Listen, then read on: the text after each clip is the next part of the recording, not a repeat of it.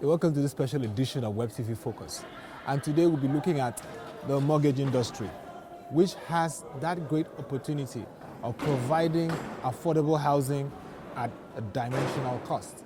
And today, to discuss with me for the mortgage industry and its nexus with the financial market in Nigeria is Adenike Osilaja of MV Professional Solutions. And so it's great to have you. We're discussing the dynamics of the mortgage industry and looking at Nigeria.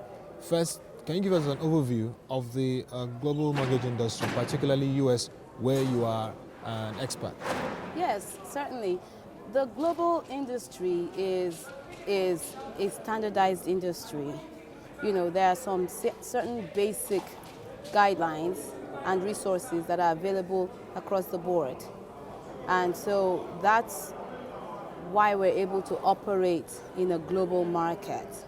And that's why my passion is to contribute whatever I can to the standardization of the Nigerian market so that we rise up from being a national player to access the global market, whether you want to use it or not. You know, we should be a strong voice. This is Nigeria.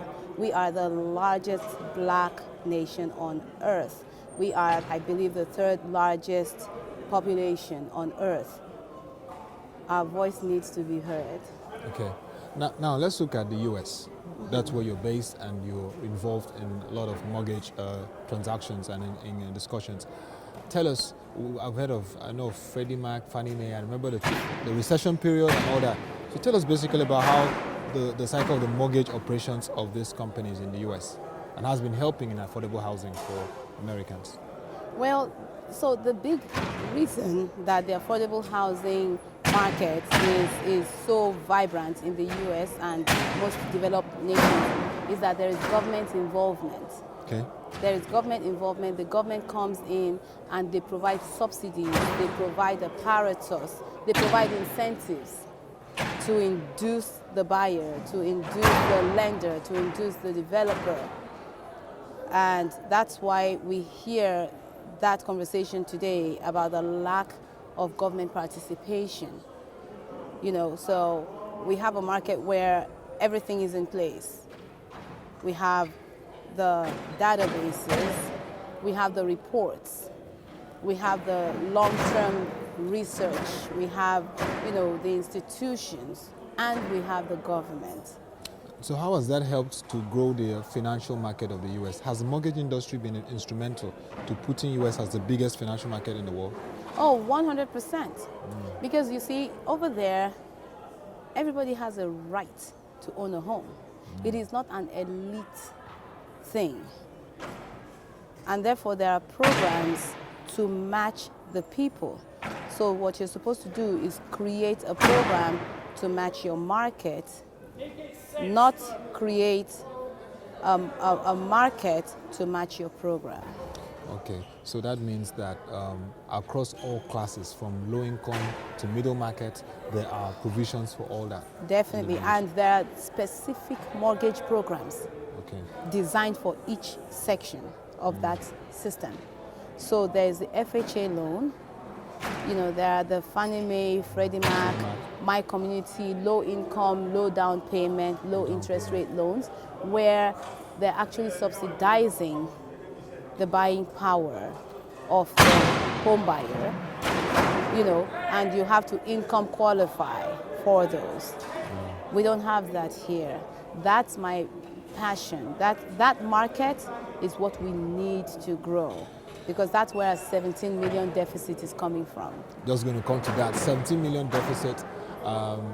The narrative is that we need to even revise. Is that the correct data? Because that's right. That's about 10% of our current population. Yeah. Correct. But let's look now at your involvement, and we have the NMRC, which is typifying the Freddie Mac, Fannie Mae model. Correct. So what's your take about the NMRC model for mortgage industry in Nigeria? I support the NMRC. I mean, I'm not afraid to say that. I support the NMRC. I support the concept of the NMRC. I support the vision for which the NMRC was created. The capacity to unite and create a baseline product will only be achieved under the umbrella of the NMRC. And that's why the NMRC is such a critical instrument to standardization. When the investor comes into Nigeria today, they deal directly with the entity. So they go to Trust Fund and they go to Mayfresh Mortgage, which is one of my favorite companies, and they go to Sterling, and they go, what the NMRC brings is the ability for the investor to look down and see an umbrella. And once you meet the guidelines of the NMRC, it is assumed that you're standard. And what that does is it attracts an inflow of lower risk funds, longer term funds, and therefore lower interest rate funding, which is vital for the market. I know you're based in the US and you're vast in the US mortgage, which is, of course, a big player in the global mortgage industry. You must have heard of the past, like the FMBN, Federal Yes. Mortgage Bank. Now, are there learning points from that? Because I don't think that has been sustainable. Are there learning points from that to ensure that NMRC doesn't go that line? Well, I never like to criticize, so I'm just going to state what I think could make a difference. I think that a private market will always function much more effectively than a government market.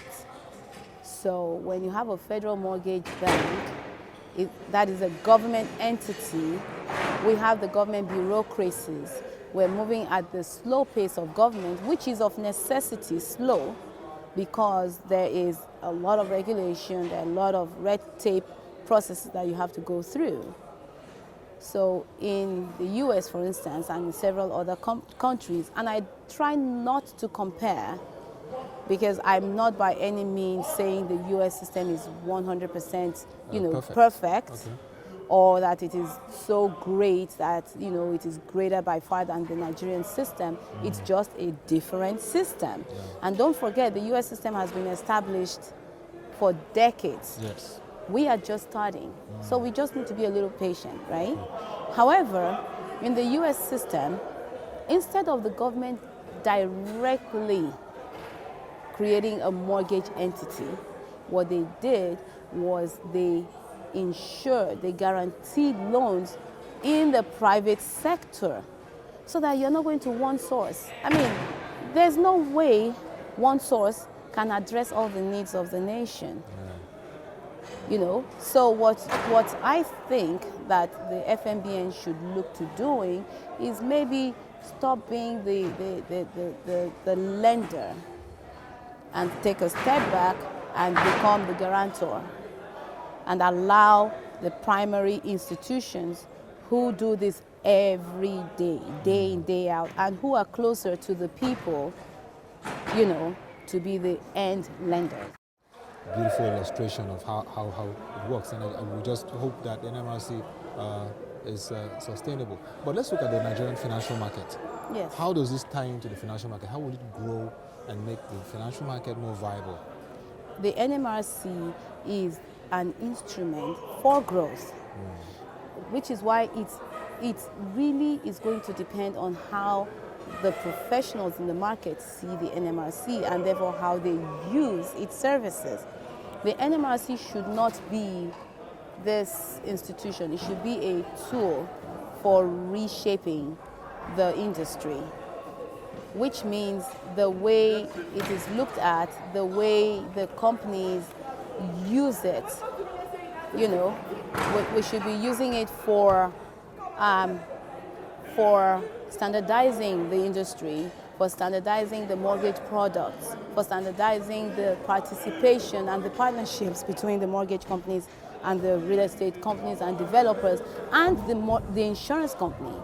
The insurance company needs to be part and parcel of this process, because if they are insuring those loans, you're going to see more investors coming.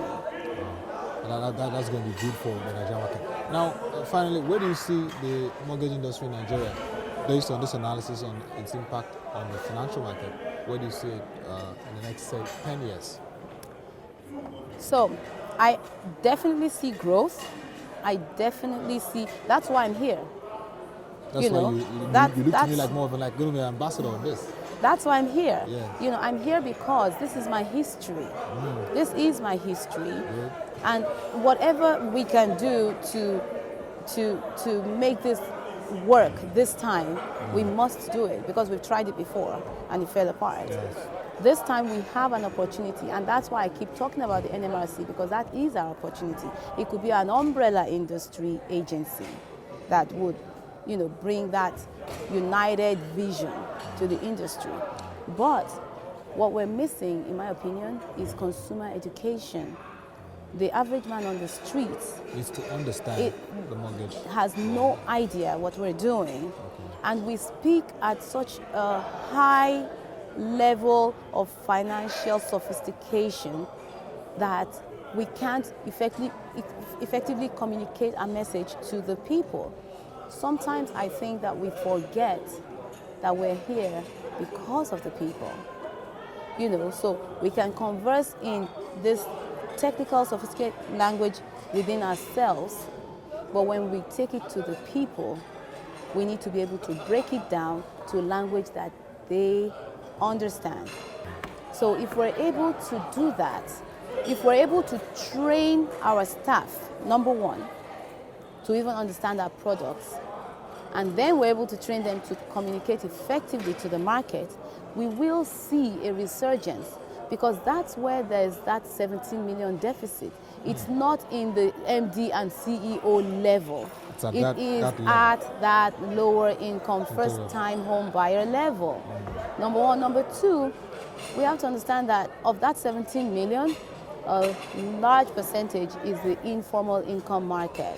It is the trader in a bar market. It is the shoemaker at Oyinbo market.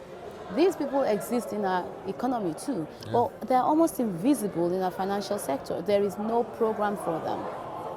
When we consult on product development, which we do, we're looking at what is your nearest market. So if you're located in Aba, it should just be automatic that your first market should be the Aba market trader. But you are not doing that because there is no program for them. So we want to come in. We want to help you put together a program that will comply, yet meet the needs of your immediate market. Because we are more of an inactive industry. We wait for government to put the program together, and then we are tasked with implementing it, when we should be actually the ones shaping government policy. And since they've already put the program in place, what we should be doing now is giving feedback, constant feedback. We should have a pipeline that is all feedback, so that the government hears our voice and they're willing. I was in the NMRC awareness workshop, and Mr. Adeshemoye of CBN was there too. And he made it very clear that they want to hear from this industry, because you can't expect them to know if you don't tell them. So those practitioners in the industry need to return information to the policymakers, and I'm sure we'll see a difference. Wow, I must say it's been very, very interesting and very informative, engaging you on the mortgage industry. I believe that with this passion, we're going to work. Thank you. Thank you so much. Thank you very much. So much. Have a good afternoon. Thank you.